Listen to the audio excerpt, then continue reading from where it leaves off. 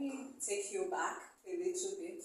You mentioned on your background on theology, physiology. Yeah. I want to know, based on what you're doing today in terms of trying to fight insecurity, fight terrorism, and just raise more awareness of ethical values. Do you think that how has your background in theology and also physiology shaped what philosophy? Okay, philosophy shapes what you're doing right now in terms of your leadership journey and the work that you currently do. Well, this knowledge have shaped my person in different ways. But I must tell you that I came from a family that have a very high moral value. Okay. And so, let me tell you that the first place where my worldview was honed is within my family. Okay. But of course, education, we know what it is. Education is light. So my background as a theologian, philosopher, and of course a student of history, I do a lot of historical research, we'll come to that, and has really shaped my life. It has shaped my worldview, it has shaped how I look at things. It also shaped my involvement in ethical, promotion of ethical, values in our society. Okay. You said your background particularly, that's the home you came from, shaped you the most before you even went to theology. Yes. Can you just give us a bit of details of what it was like in the home that shaped you? And do you feel that if we're trying to, enact these values into people, it must start from the home, and that is the basis to, getting people to start to walk in this light? That is exactly what I'm saying. If you want people to embrace ethical behavior, ethical conduct, wherever they found themselves, then the family where they come from should shape them. But the family has a role to play. Yes, the family has a huge role to play, because that is where you get the foundation of what is right and what is wrong. Majority of the problem we are having today is because some families have also failed to do what they are supposed to do. Because it's the family that is supposed to inculcate the values of right and wrong on their children. If we inculcate the value of doing things right, irrespective of education or wherever they go, education can only hone them to be better. Because the whole of essence of education is knowledge to promote humanity, to make humanity better, whether in the field of medicine, in the field of engineering, in the field of nuclear physics, in the field of writing, in every field. Education is supposed to make the society better, to promote the values of humanity, to promote justice, to promote truth. So if you have very strong family background, it will help you to inculcate these values of which education is also promoting. Education does not also promote wrongdoing, no. It promotes the values for humanity. It also promotes ethical way. It promotes truth, it promotes justice. It promotes human rights. So, the values that you imbibe from your home will go a long way shaping how better you become. And the values of home is also most time not, you cannot be divorced from our cultural values, our traditional values, as well as religious values. Okay. Could you talk a little bit about your book on insecurity, terrorism? I believe you've already shared a bit on that. Yes, let me say something about my book. My book, I started writing a book in 2011. That particular book? Yes, I was in the office of ethics and value. Ethics ethics and value is an embodiment of all societal values. I was trying to know, why did some people in the Northeast decide to pick up arms against the state? And that took me alongside with a colleague of mine called Austin Akubo. We went to the Northeast. We were back on the journey from Banfi to the Northeast to find out what is at the root of the insurgency in that part of Nigeria. But even though that research at the time was short-lived, I decided to look at peace entirely. And there is no how you want to look at peace that you will not look at its antonym, which is war, conflict. So that means I have to do a broader research. So I look at the early wars that we had. I mean, traditionally, we had wars before the Europeans came. There were a series of wars, the Igala-Bini War, the series of war that we can say the Oyo War with, and there were a lot of wars. Our ancestors fought a lot of wars here and there against each other. And we all know that the reason for war, based on our research, we realize that the reason for war most times is selfish.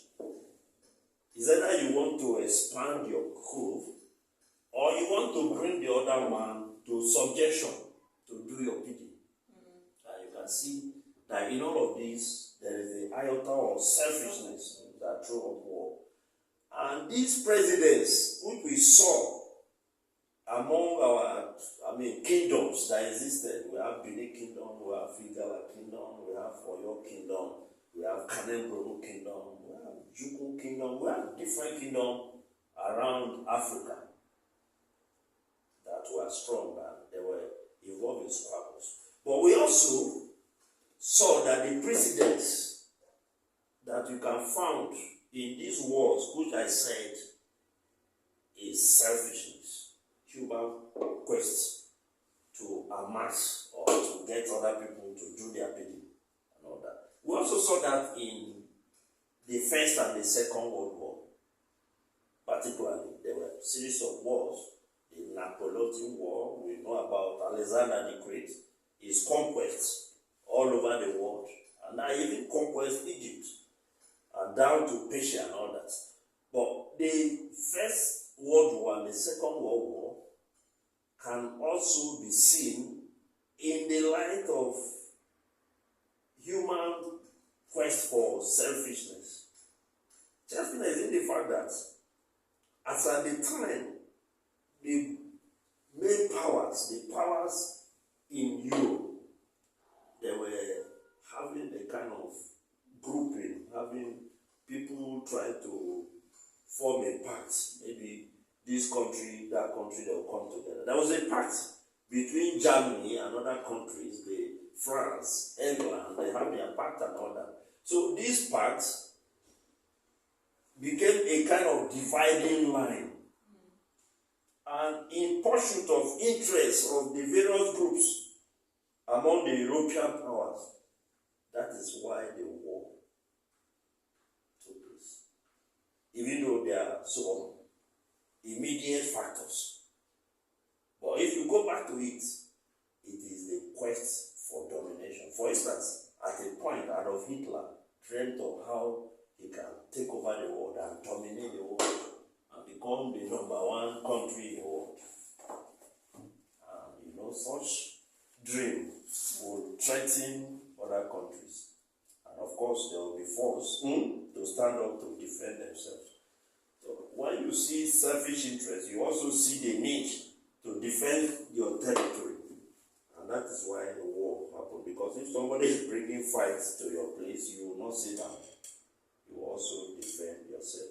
But war has caused a lot of destruction in human history. This destruction should not be allowed to continue. As human and civilized as we are, and we should not be killing ourselves. We shouldn't be seen killing ourselves in the name of war.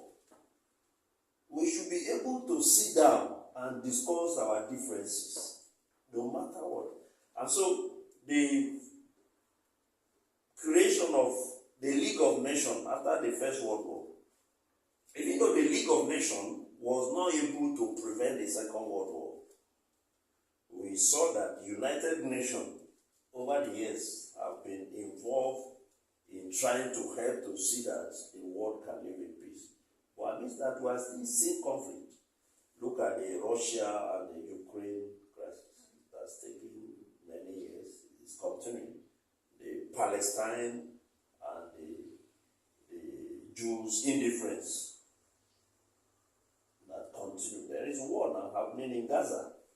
We all know that. So, conflict has become part of human evolution. So, as a peace manager, we believe that when humanity or the parties involved in this conflict realize that it is better for them to sit down as members of the same human family, that is when we can start taking the step towards world peace. But conflict itself is not a bad thing. Because if somebody is having an issue and you are able to sit down and settle it, you can forge a better understanding on how to relate further. Okay. Yes. So conflict itself is not the problem, but how you go about handling this conflicting situation. Conflict will not turn to killing unless you decide to pick arms. So you always have the opportunity to allow the common humanity that we have to direct your step towards peaceful resolution of conflict. Okay. So, as I said, I've done a lot of research on conflict, and I also discovered that one of the major causes of conflict in Nigeria and also other West African countries is ethnicity. Okay. And religion. Ethnicity and religion. Yes, when the British colonial master, I think it was part of their political subterfuge and strategy to ensure that they divide us along ethnic and religious line, as that to help them to solidify their hold on us as a people. Because the whole thing about colonialism is exploitation. They came to exploit us, and they did everything to see that this exploitation can continue unhindered. That was why they ensured that there is this demarcation along our ethnic groups and also religious line. But do not be deceived. Even though the politicians of today use ethnicity and religion, but if you go to their concon, they are united in preferring the resources of this country. So they promote ethnicity for their selfish gain. I think we need to transform the various conflicts that are taking place. There is Ife Modakeke, there is Aguleri, there have been communal conflicts that are taking place. There are conflicts in the north, in Kaduna, in Jos, in Kano, that has ethnic and religious dimension. Do you think that this religious and ethnic conflicts that has been from way back is also playing a role right now, even in like the corporate settings and other work bases? Do you think that is still a conflict that people face on even to today's current time? Yes, it's people employ it, just as I said, politicians especially use it, employ it when it suits them. Okay, to promote it or Yes, to promote it so that they can use it to get votes. okay. When you get a dividing line between Muslim and Christian, and you are a Muslim, what you want is you want Muslim votes. Yeah. You understand? So those are the issues, which is common, and they are still exploiting it. So, but I think what we need to do going further is that some of these conflict can be transformed by conflict experts. Okay. There's what we call conflict transformation. In most post-conflicts, most of the conflicts are as a result of old grievances. Some of the conflict are as a result of old grievances that people have. And unless you go to the roots of these grievances, this conflict, what was at the root, what is foundational to the problem that this ethnic group have with this, or to the problem that this set of Muslims here and Christians have, you will not be able to solve the issue. So you need to bring these people down. You need to allow them to express themselves. You need to employ tools like the concept of forgiveness, apology, reconciliation, so that you can transform intractable or protracted conflict that have been existing for long. You can now transform it into peace. And we have seen that happen in so many countries. We have seen what happened in South Africa, the South African Truth Commission. In other countries of the world, we have seen how conflict has been transformed into peace. So, but in all of this, humanity must realize that we are better off living to be at peace with each other than to embrace conflict. You know, conflict has a lot of dimension, just as we're talking. Kidnapping is conflict on itself and on that. So there have to be multi-stakeholder approach to solving this conflict. And one of the problems we have is that leadership, for instance, or security leadership, is not involving the traditional rulers as much as they should.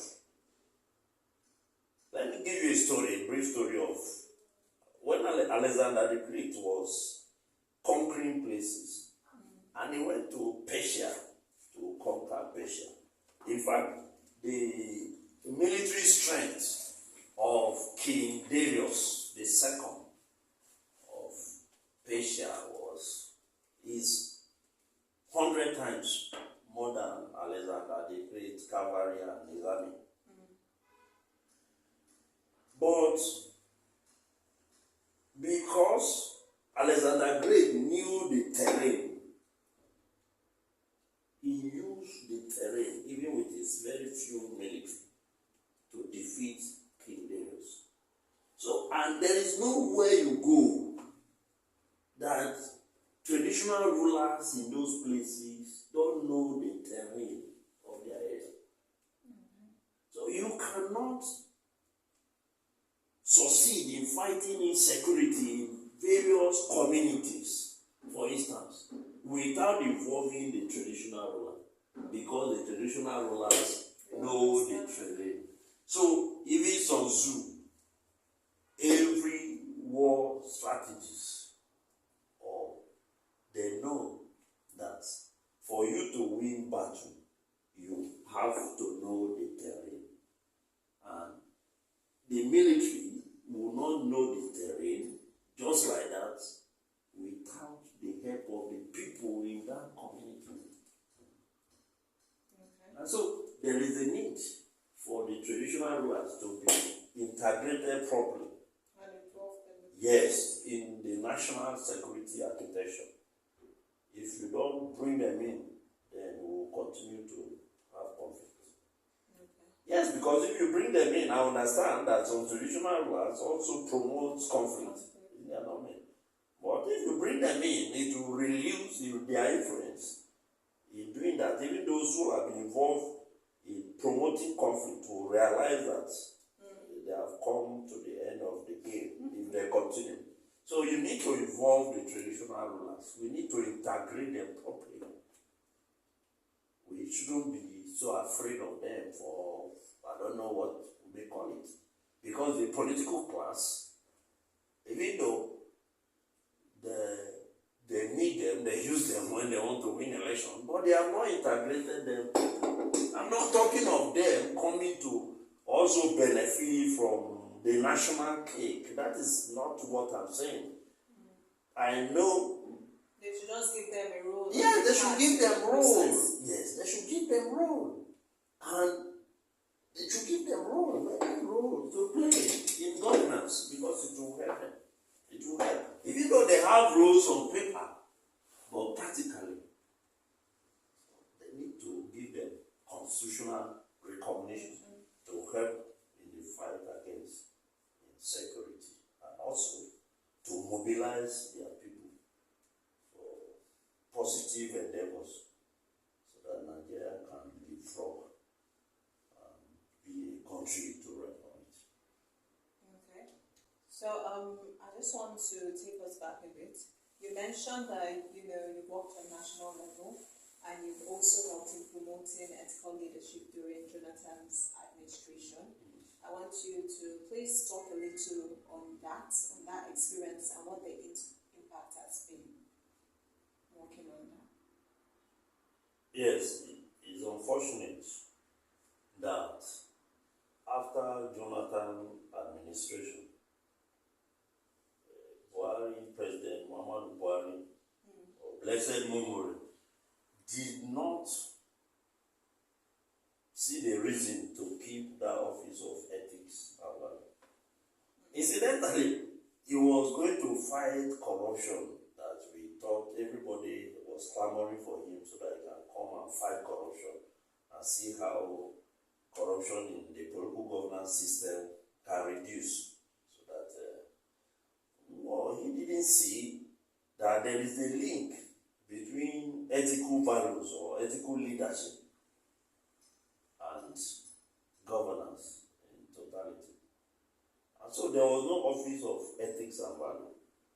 And so over the years, even though I understand that this present government has a special system on ethical or social values, but I think the missing link in our leadership recruitment today is that we don't promote or we don't elect, or how do you call it? Because if you say, some people say, hey, we don't elect them, they're just some of the people we want, they don't get to that place.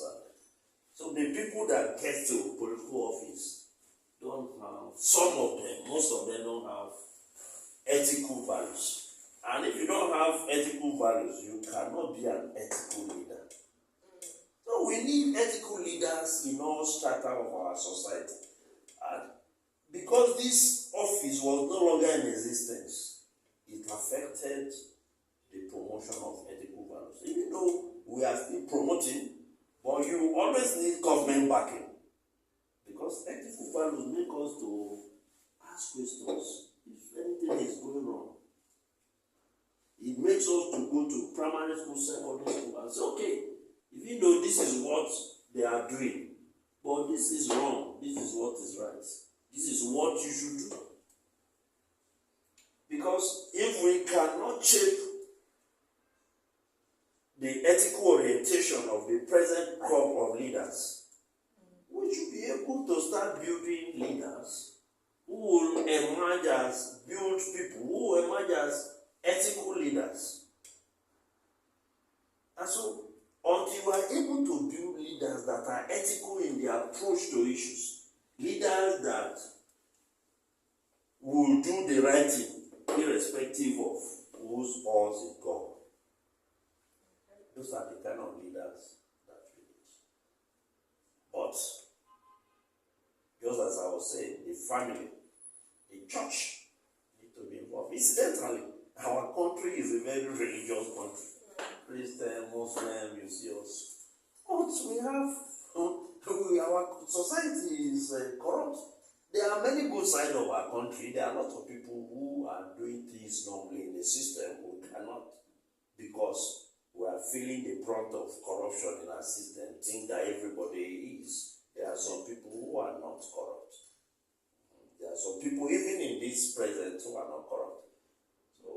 But you know, a tree cannot make a forest. Or where there are 10 people and 6 are corrupt, or 7 are corrupt, you know, it will be overwhelming for the few who don't have tendencies for corruption.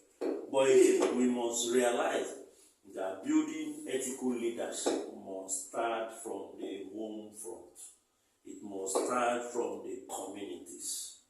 It is when the people have values, such values from their family, from the church, from the mosque, from their communities, that they can turn to become ethical leaders. So you must have that orientation from your home, from your church, your religious affiliation, because all the religion that we practice preaches ethics and values, preaches doing the right thing instead of the wrong thing, preaching self-policing. You don't need somebody to be following you, to be gagging you, for you to do the right thing, if that is your orientation, or that is what you want to do. So for us to have ethical leaders, there must be foundational upbringing. From the home. From our faith, from the communities. Because if